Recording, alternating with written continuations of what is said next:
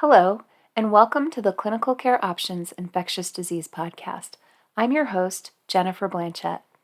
This episode is the first in a three-part podcast miniseries on expanding options for HIV care, current and future innovations in antiretroviral therapy.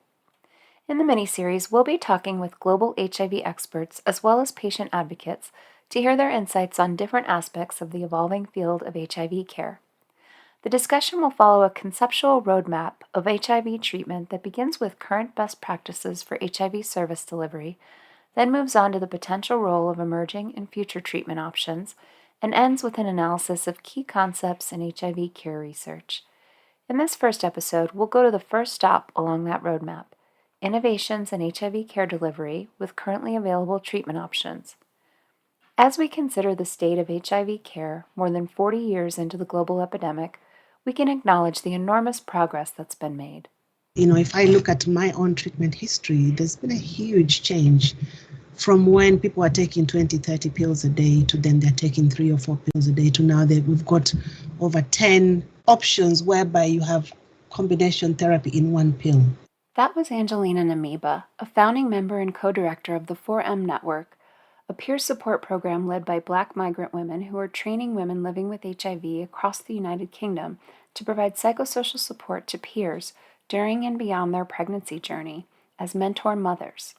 In addition to the once daily single tablet regimens Angelina highlighted, people with HIV in some parts of the world also now have the option of switching from an oral regimen once the virus is fully suppressed to a long-acting injectable treatment that's given in the clinic once every 1 to 2 months. Here's Isolde Butler, Chief Medical Officer at Crescent Care in New Orleans, Louisiana. It's a really kind of wonderful time in a lot of ways, compared to how things were even 10 or 15 years ago, let alone like 20, 25 years ago. Sometimes when I stop and look at just the direction and changes that have happened in ARV therapy over time, it really is pretty amazing. We have multiple one pill once a day options with pretty low side effect profiles. But then we also have these long acting injectables for folks, where pills are just really hard to manage. Despite these remarkable advances, estimates indicate that approximately 30% of all people living with HIV globally are not experiencing viral suppression, not accessing the benefits of effective treatment, including in well-resourced regions such as the United States. I spoke with Ann Avery, infectious disease physician at Metro Health Medical Center and professor of medicine at Case Western Reserve School of Medicine in Cleveland, Ohio, about this gap in the United States. To me, if I could just go a little higher level, when I think about innovations in care delivery, I think about we are at the point where we've got somewhere between 60 and 80% of patients, at least in the United States, accessing medication, taking medication consistently, and achieving viral suppression. So we're not going to find a one-size-fits-all solution to get to 100%. And we need to start drilling down into these priority and vulnerable populations and understanding what the nuanced area is that is needed. And so it really is honing in on these micro populations and understanding those needs better so we can address them and fill those gaps and meet people where they're at. So, who are the populations that have not been effectively reached by traditional HIV care delivery models?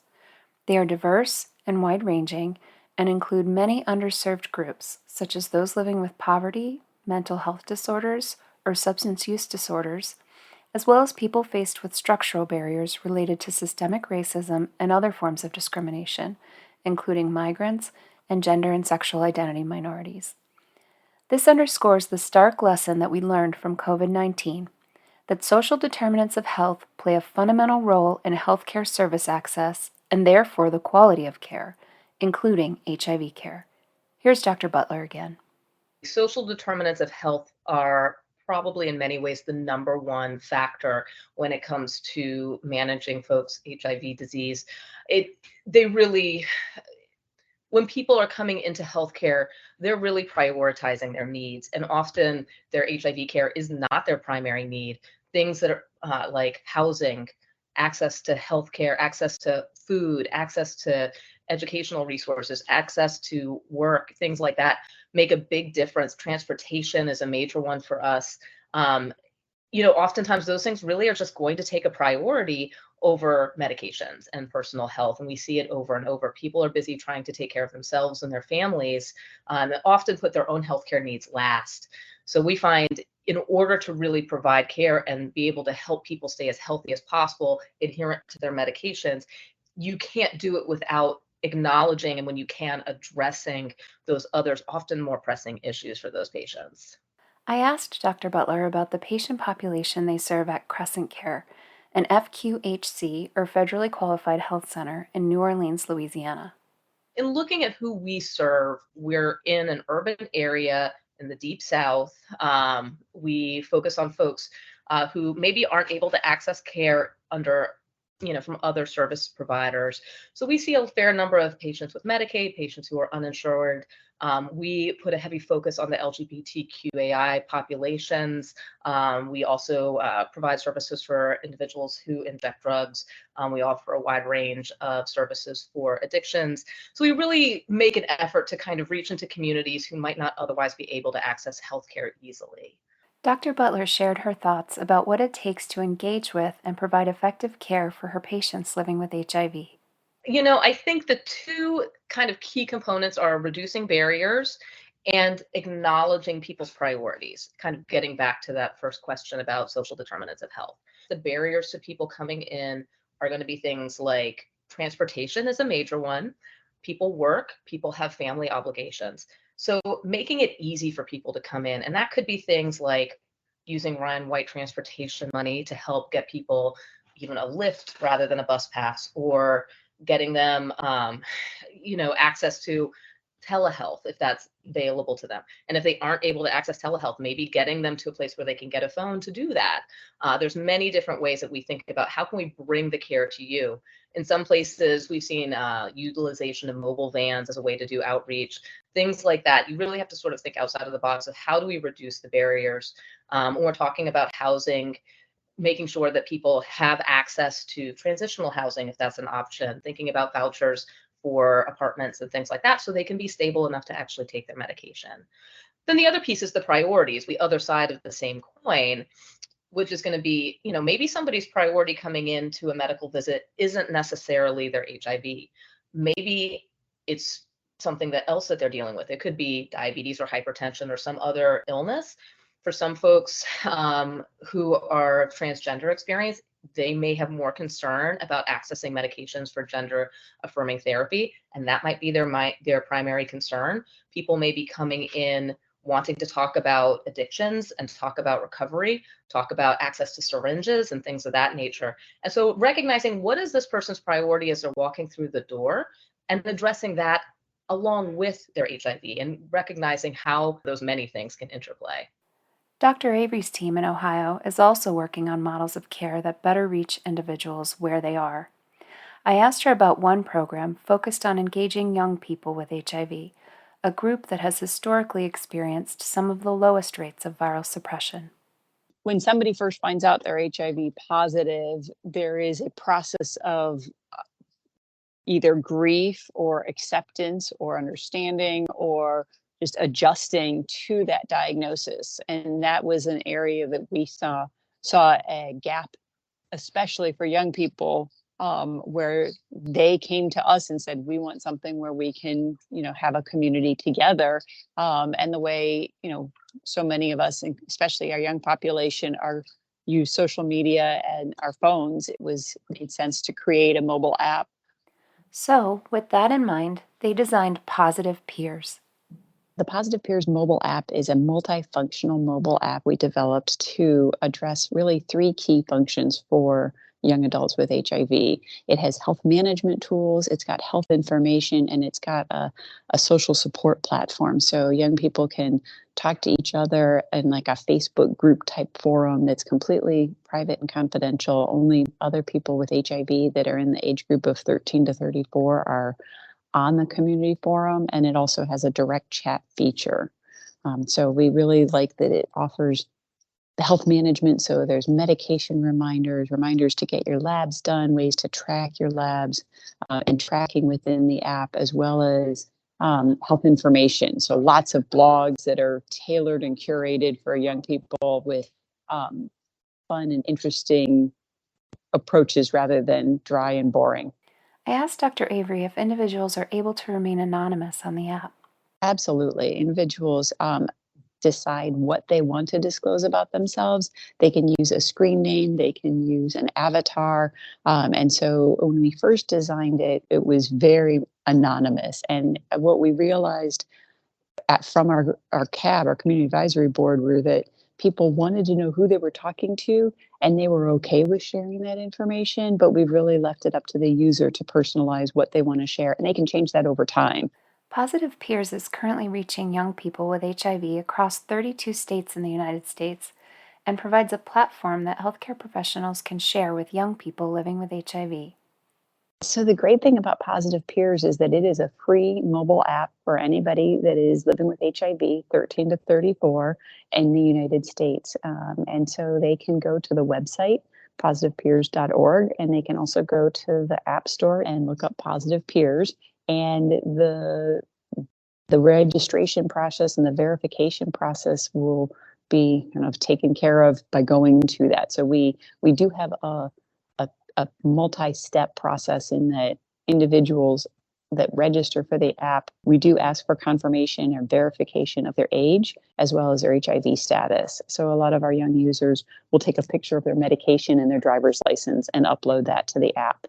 And we do that really to protect them from having people that maybe want to get on the app for not so nice reasons. We make sure that everybody on the app should be there. So it's not an instantaneous approval. If the provider wants to have a bigger connection to Positive Peers, they can become a key health partner where they actually provide a person that's a peer support person on the app also and have a little more access to the back end side. And all that information is on our positivepeers.org website.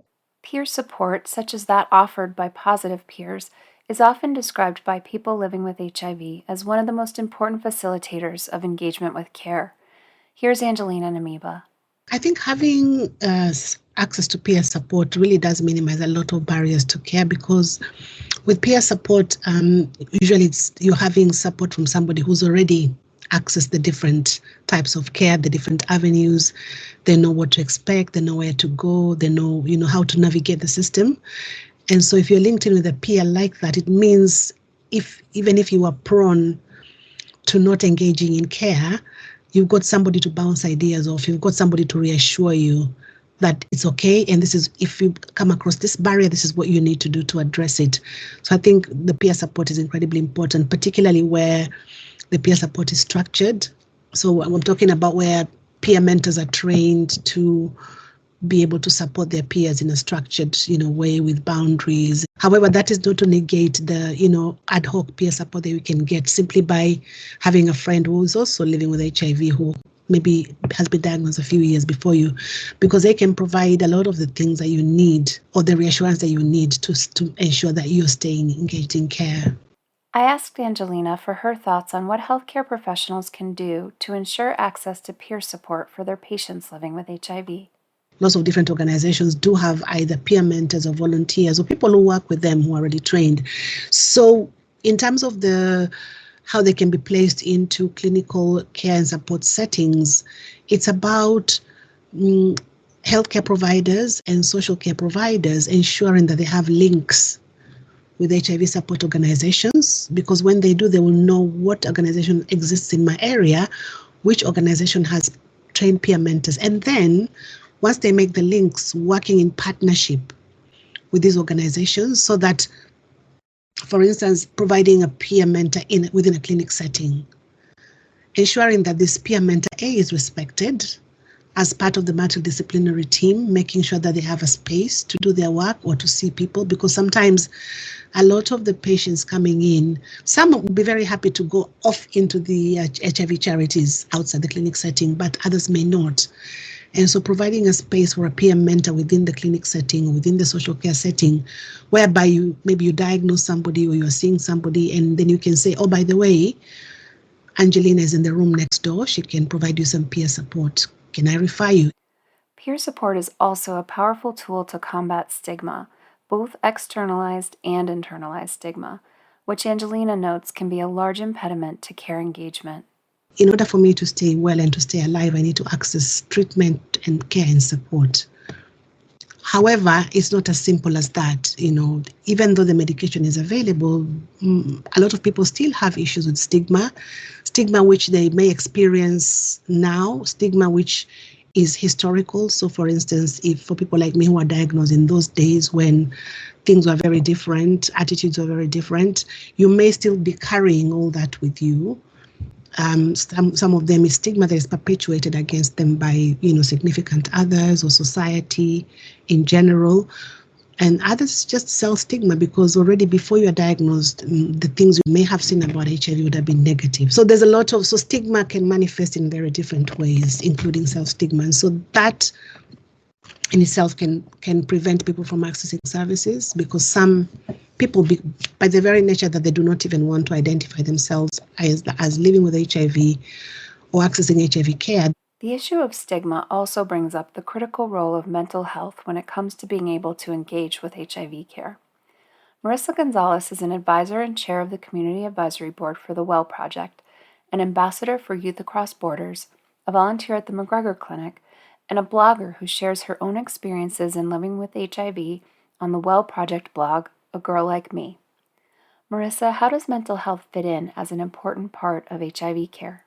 I think when we try to consider, making treatment for HIV more accessible and more feasible, it's really looking at the person as a whole. When you're initially diagnosed, there's the aspect and the component of mental health and self-stigmatization. So it's important that when providers are with someone who is newly diagnosed and they're having the conversation centered around treatment, that they also have a person first approach, but that they're also acknowledging the mental health component that comes with receiving this diagnosis. A lot of people don't get here by choice. A lot of people get here because of outside circumstances, whether that circumstance was that they trusted someone or there was an unfortunate situation, or maybe they have housing insufficiencies or healthcare insufficiencies. So I think being able to look at the bigger picture and creating a plan to start treatment that makes the most sense for that individual. I spoke with Ann Avery about the issue of mental health for people living with HIV and how mental illness can interfere with many aspects of a person's life, including their ability to engage with HIV care. She shared how her group is working on a project aimed at improving HIV care engagement and outcomes by addressing potential unmet mental health care needs. So we started with a project, a demonstration project from the Health Resources Service Administration, or HRSA, and it was a special project of national significance, or SPINS project. And what we did is we took a program that's been used in the general primary care clinics called a collaborative care program. And what that does is it offers routine screening, usually through a standardized tool like PHQ-9, and it incorporates a behavioral health coordinator. So we have a social worker in the clinic, and then it uses a consultation model so that the patients are screened for depression. The behavioral health coordinator takes that kind of data and portion of the medical visit off of the HIV provider's plate and then meets with the patient in the clinic. And then the behavioral health coordinator will meet with the psychiatrist in a consultative role and come back with recommendations to the HIV provider to say, this person could be started on this medication, they can start this type of counseling therapy, or maybe there's some monitoring that needs to happen. And so it really helps improve access to behavioral health, which, prior to this, we were looking at sometimes a 3 to 4 month wait. So our behavioral health coordinators, they're part of our team. So just like I have a nurse and a medical case manager, I have a behavioral health coordinator. So my patients always are seeing the same group of us 4 providers. We've added on to that so that now patients who are not virally suppressed, we're proactively looking at them from a broader DSM-5 cross-cutting measure tool that is supported by the American Psychiatry and Psychological Association, or the APA, and looking for that looks for depression, it looks for mania, it looks for PTSD, it looks for anxiety, it looks for thought disorders and a number of other mental health issues. And looking at then, if this patient has a positive screen, are they already connected to care? And if so, maybe it needs to be augmented. Or if they're not connected to care, going in and doing a little bit deeper. And part of this stemmed from the fact that when we were doing the first project with just depression screening, we saw a much higher rate of depression in our patients than in primary care, but we also saw an exceedingly high rate of anxiety, bipolar, and post-traumatic stress disorder, that much higher than what we see in our general primary care population. And so we needed to expand our screening to be more than just depression screening, to really meet the needs of patients. But there are many HIV care providers who work in settings that don't have integrated services to address mental health needs or other challenges that may be taking priority over HIV care for a given individual. I asked Dr. Butler for her thoughts about these so-called wraparound services.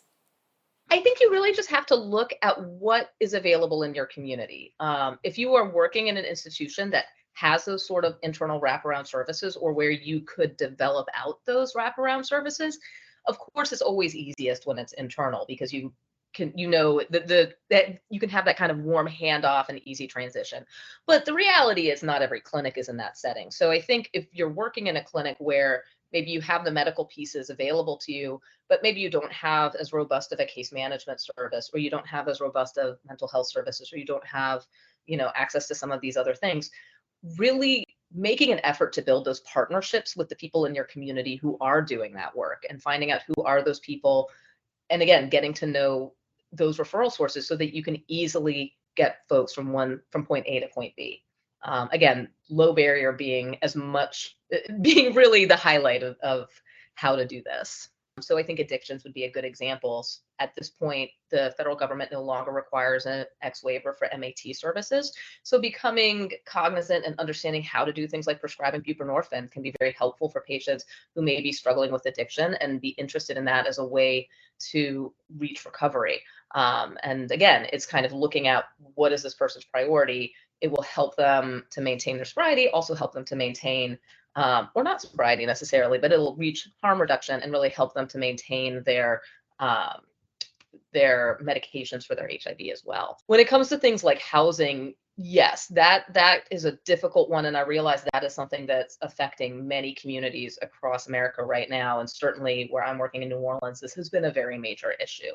And again, if you don't have those case management services internal, I would strongly recommend to get some resources and become familiar with what the sort of landscape is in your community. I know here in New Orleans, we do have some internal resources, but there's also a number of really wonderful service providers elsewhere in the city who are working on homelessness. So recognizing and understanding how to help your folks who are unhoused is very important. Transitional housing is something that we are able to find some resources in our city. And so again, getting to know who's doing that in your city, and what are the wait lists looking like? How do you get people in? And I think making that a priority for your patients can really help keep them engaged in care. Other kind of particular populations, you want to really make sure that your clinic is welcoming, that it is not a place that's going to make people feel marginalized.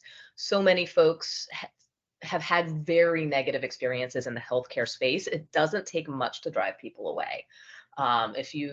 If you've had trauma, somebody coming into a clinic and getting misgendered once or twice even can be enough to say, you know what, I'm going to just step back. Or being, in any other kind of way othered, often will make people say, like, I don't even want to come in here. And that's at the level of the front desk, the waiting room, the nursing staff, the provider. It could be anywhere in that chain if there's a bad experience. So really working with the staff in your clinic and in your space to understand and have a culture of acceptance and a culture of understanding and gratitude towards your patients who are coming in. Access to HIV care can also be hampered by system shortfalls. Most national and international guidelines recommend initiating antiretroviral therapy as soon as possible after diagnosis if there are no contraindications, including on the same day as diagnosis when feasible. Although newly diagnosed individuals may receive that message verbally, It's not always available to them in practice. Marissa Gonzalez shared her experience with seeking a medical appointment after receiving her diagnosis. So as far as accessing treatment, it's been a journey. Initially, when I was first diagnosed, I was diagnosed at my gynecologist's office, and she was very proactive in making sure that she connected me with a infectious disease doctor so that I could start treatment. And so when I started going through the process of calling this other doctor to get the appointment and everything like that, because she did stress the importance of making sure that I see someone quickly, they didn't have an appointment for maybe 3 to 4 weeks out. Navigating the insurance system for medication payment is also a common challenge, at least in the United States. Here's Marissa again. But then some other challenges that I've faced is the cost of medications are very expensive on a monthly basis. And I had an instance where, and I worked at the time for health insurance, so thankfully I understood the process. I went to a different pharmacy, a different location to get my medication filled, and they told me that I would have to pay 3,000, I don't know how many dollars to get my medication that day. And had it not been someone who was versed or educated the way that I was, they would have just walked away not picking up their medication. But I knew that there were discount programs. I knew that I had insurance and that there should have been at minimum a copay, if nothing else. So I was really able in that situation to advocate for myself. But it really makes me think about the individuals who don't have that knowledge, or maybe don't even have the strength or energy to fight. What is an example of a model of care that aims to close some of the system gaps like those Marissa described? I spoke to Dr. Monica Gandhi to find out. Dr. Gandhi is, among other things, medical director of the HIV clinic at San Francisco General Hospital, known as Ward 86. I asked Dr. Gandhi to tell me a little bit about the population served at Ward 86 and some of the ways that they ensure people living with HIV in their care are not left to navigate the complex maze of a fragmented healthcare system. Yes, so Ward 86 is a clinic that's really based in the County Hospital of San Francisco, and therefore it really serves a publicly insured population. Everyone has Medicaid, some have Medicare, and some are uninsured. So really no private insurance. And as a result, it is a low-income population. And in this urban center, increasing problems with social determinants that make it hard sometimes to take oral ART, and the three that are really overlapping and really rising in our population are housing insecurity, a lot of marginal housing or frank homelessness, living on the street. Second is substance use. About a third of our patients use substances, and specifically it's methamphetamine in our area. And then a lot of mental health concerns. And the premise of Ward 86 is to try to be a place where you kind of have a one-stop shopping, or a lot of services are provided on site. So as opposed to having to go to a cardiologist or psychiatrist or neurologist, we have on site pulmonology, OBGYN, and cardiology, psychiatry, social work. So we're trying to provide as much as we can on site, because the idea is that these are complex patients with multiple medical problems, and we want them to not disappear and not be able to come in, especially when they have so many other concomitant challenges to coming in for care, basic subsistence needs, housing, food insecurity. So it is a real attempt to make it one place where a lot happens for you. And that has been the ethos of the clinic since the very beginning. Ward 86 also offers some highly focused programs that are designed to address the needs of a specific subpopulation in the community, for example, people without stable housing. I asked Dr. Gandhi to describe one such innovative model, the pop-up program. So the pop-up program we started in 2019, and it really was in response to the rising rates of homelessness in the city of San Francisco. And it is a designated program for people living with HIV and experiencing homelessness. So everyone is either on the street or very marginally housed, sometimes in and out of transitional housing, single residency occupancy, surfing on couches. And because of that, it's a very vulnerable population where we have really low rates of virologic suppression, really low rates of being able to take oral ART. So we started pop-up to really respond to the needs of this population. And what pop-up is that there is no designated time for appointments, meaning we call it low barrier access care, but you can come in if you're on the pop-up program any time of the day, any day of the week, and we will see you. We will see you with the same designated group of providers. There's a very small group of MDs. There's the same social worker, same pharmacist, same nurse.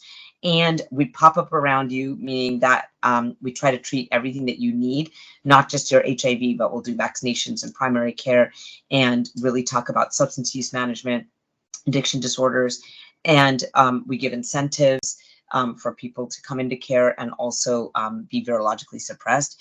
And actually, everyone in the pop-up program at the beginning, none of them were virologically suppressed. That was an enrollment criteria, and we've gotten our virologic suppression rates up from 0% really to 60% in this program. We also do pill sets. We'll do directly observed therapy. You want to just come in and get your medications here, that's great. If you want to get long-acting injectables here, good. We will also work on housing. We will certainly work on trying to help people get housing and the other things they need to support their lives. I asked Dr. Gandhi what they found worked best as incentives for individuals in the pop-up program. Actually, the biggest incentive is the relationships. It's really, we have decided, and we actually did a discrete choice experiment to ask patients, what is most important to you? Do you want a gift card to Safeway, of this amount? Do you need to be close to the clinic? Do you want transportation? And it ended up the main thing that was important to them was seeing the same little group of providers every time so that you formulate relationships. So it's the same nurse, it's the same social worker.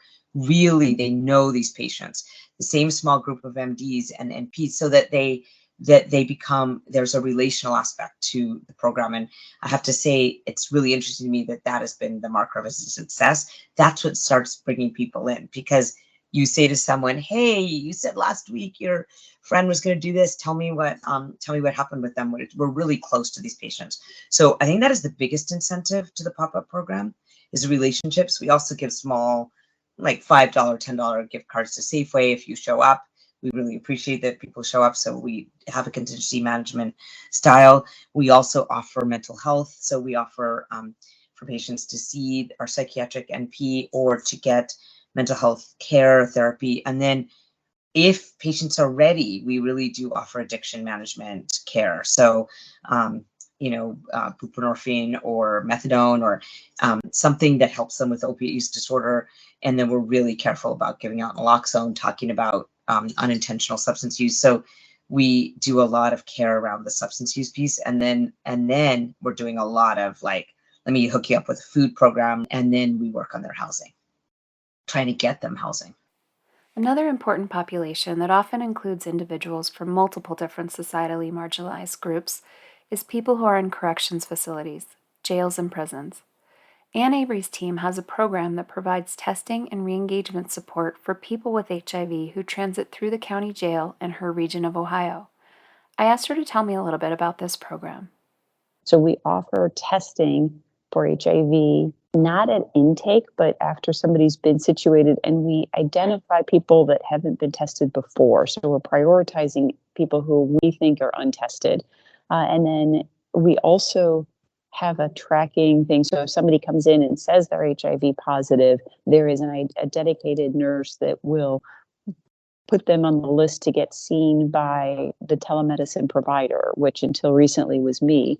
And then they would have all the inmates that were in the jail would have a telehealth visit for just a regular check-in follow-up visit. And it was really very helpful for many of the patients, because the reason people end up in jail, at least our county jail, is addiction, mental illness, and homelessness. And so 3 things that really can interfere with HIV care.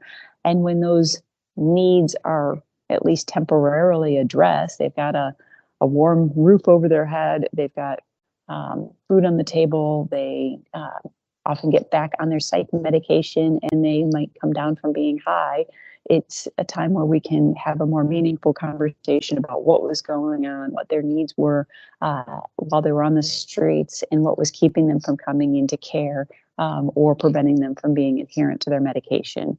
So we use that telehealth visit as a way to figure out where were they going before, is that where they want to return to, and make sure that the people on the other side, so in the clinic that they used to go to, are aware that's where the patient is, and as much as we can to give them a heads up about where they're going. And that at least alleviates the stress on the medical team that they're looking for somebody. And if they're going to be released, give them a heads up, so-and-so is going to be out in about a month. So try and get them in then, or they're going to be showing up at your door. So if they need medication, there's just increasing the communication. So it's helpful on the provider side as well as on the patient side. With political unrest high and increasing in many regions of the world, more healthcare professionals are finding themselves faced with the unique challenges associated with providing HIV care for migrant and refugee populations. To gain more insights into the specific barriers associated with HIV care in these circumstances, I reached out to Miłosz Parchewski, professor of medicine at Pomeranian Medical University in Szczecin, Poland, and board member of the Polish Scientific Aid Society. Poland, of course, has been dramatically impacted by the influx of refugees following the Russian invasion of Ukraine.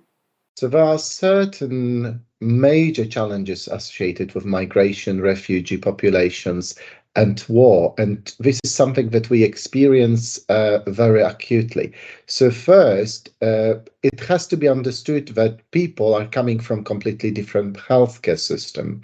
So they are migrating towards us and they need to find the way through the system. So to be understood, we do deal with language barrier. We have translators. Some of us speak various languages, including maybe not Ukrainian, but a little bit of Russian, and Polish is also very similar. Some of the refugees speak Polish more or less, or they understand. So the language barrier for us, it's not such a major issue, but it's still of importance, especially in people who have completely different problems than our normal population. So the percentage of women among migrants is higher. There is a higher proportion of children and adolescents, and this is also influencing the issue of disclosure, of stigma, of disclosure within a group, because in the home country it was very often easier not to disclose HIV status because the pills could be hidden. And once you are a person on the move, it's not as easy to hide medical problems, even from your peer group. And also, there is a within group stigma and also external stigma, or a fear of external stigma associated with a new host environment. So this is an important issue. Also, the movement means necessity to find new job, necessity to very often think about your family who might have stayed in the endangered area. So the psychological issues, depressions, and actually care and support from the psychological perspective is also something of a key importance. And the third issue is actually retention to care. Because once you are a person on a move, you are not strongly rooted into the new environment. And many people are moving both internally across centers within a country, but also try to migrate further for the better quality of life, for the better care, for the better life options and work. So sometimes they are telling us that they will be migrating, so we could notice that, and we could also support them on the move, trying to plan and schedule the labs and follow-ups according to the plans, and provide them with a stock of antiretroviral medications, but sometimes they simply disappear. So then we try to follow them up, but it's very often difficult because the address is not valid anymore, or the telephone contact is not valid anymore. So the retention in care and appropriate follow-up is also a challenge in this population. Other differences in the epidemiologic features of the population living with HIV that Dr. Parchevsky noted were in relation to late diagnosis and TB co-infection. So, majority of a population who is incoming and living with HIV will be already diagnosed in home country. But there will be smaller percent, which is now slightly increasing, of people who are getting diagnosed late. So this is something to focus on and provide really better understanding both from the host medical community and population and migrating populations to really know about the early HIV testing, provide HIV testing, even change the emphasis from medicalized testing to home-based testing to really trying to outreach with the early testing of these populations. Because what is happening, we see a small, steady increase of late and very late diagnosed people, very often with AIDS, very often with multiple opportunistic infection, and certainly the most common opportunistic infection now that we see in new diagnosed people is tuberculosis, including multi-drug resistant tuberculosis. So there is a new also epidemiological trend of having larger population of late diagnosed and co-infected with TB and MDR-TB population. I asked Dr. Parchevsky how they addressed the substantial increase in the number of people in their care. We used to care for slightly more than 15,000 people nationally. And on top of that, we have more than 3,100 patients who came from Ukraine. So, for example, in my practice, 20% of patients now are Ukrainians. So it's a lot. And they require slightly longer time of a visit to explain everything and to address all the challenges. So it takes a little bit more time. But 20% is probably within a system capacity. So we work more.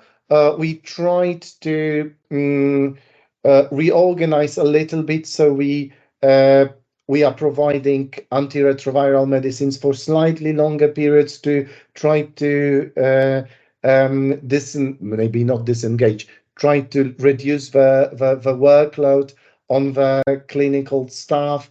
Another challenge Dr. Parchevsky highlighted is the fact that there may be differences in the availability of particular HIV medications between the country of origin and the new country.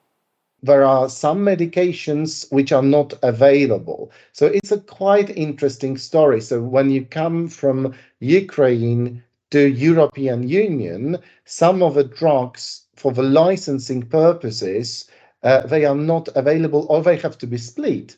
Like TLD, tenofovir lamivudine dolutegravir, is provided in many countries as a single pill, which is not registered or not available in European Union. So you have to split them into two. It looks like a minor issue, and it is, because you switch it still to the integrase inhibitor high genetic barrier option, but you have to explain that it will be not one pill, two pills, and it generates a little bit of an anxiety. I asked Dr. Parchevsky what additional advice he would give to healthcare professionals in other regions of the world who find themselves with a large influx of refugees coming into their clinic. I think this is very easy from the medical perspective. As long as you are open-minded to a new culture, to sensitive to the needs and have patience. So certainly the largest issue is time.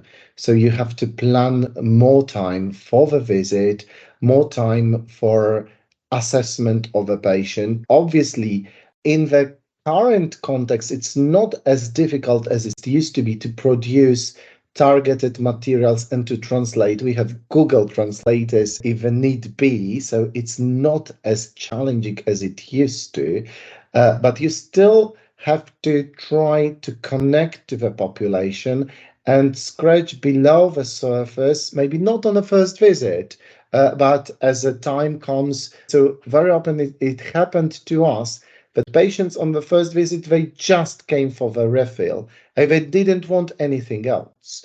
And then as a subsequent visit came, they disclosed various comorbidities in the need of assessment, of screening, of medical analysis, psychological problems, pregnancy issues, willingness to conceive, or difficulty. So then it is really about medical perception and sensitivity, which is of importance. And also from completely another perspective, you have to remember in what kind of political system you are also functioning, and that this political system is very often also unstable. And this is an important issue also for us, maintain stability of a political system actually providing care for migrants. In this episode, we heard from experts and people living with HIV from around the world on models of HIV care that are overcoming critical barriers in order to better reach the approximately 30% of those living with HIV who have previously not been able to realize the benefits of HIV treatment. We also heard their thoughts on how other healthcare professionals can work to address these barriers in their own clinical settings. In the next episode, we'll hear from experts and people living with HIV on how new and future innovations in antiretroviral therapy offer the potential to meet a greater diversity of patient treatment needs. Chloe Orkin, professor of HIV medicine at Queen Mary University of London and consultant physician at Barts Health NHS Trust, shares her thoughts on how new and future treatment options can better meet the diverse needs and desires of people living with HIV.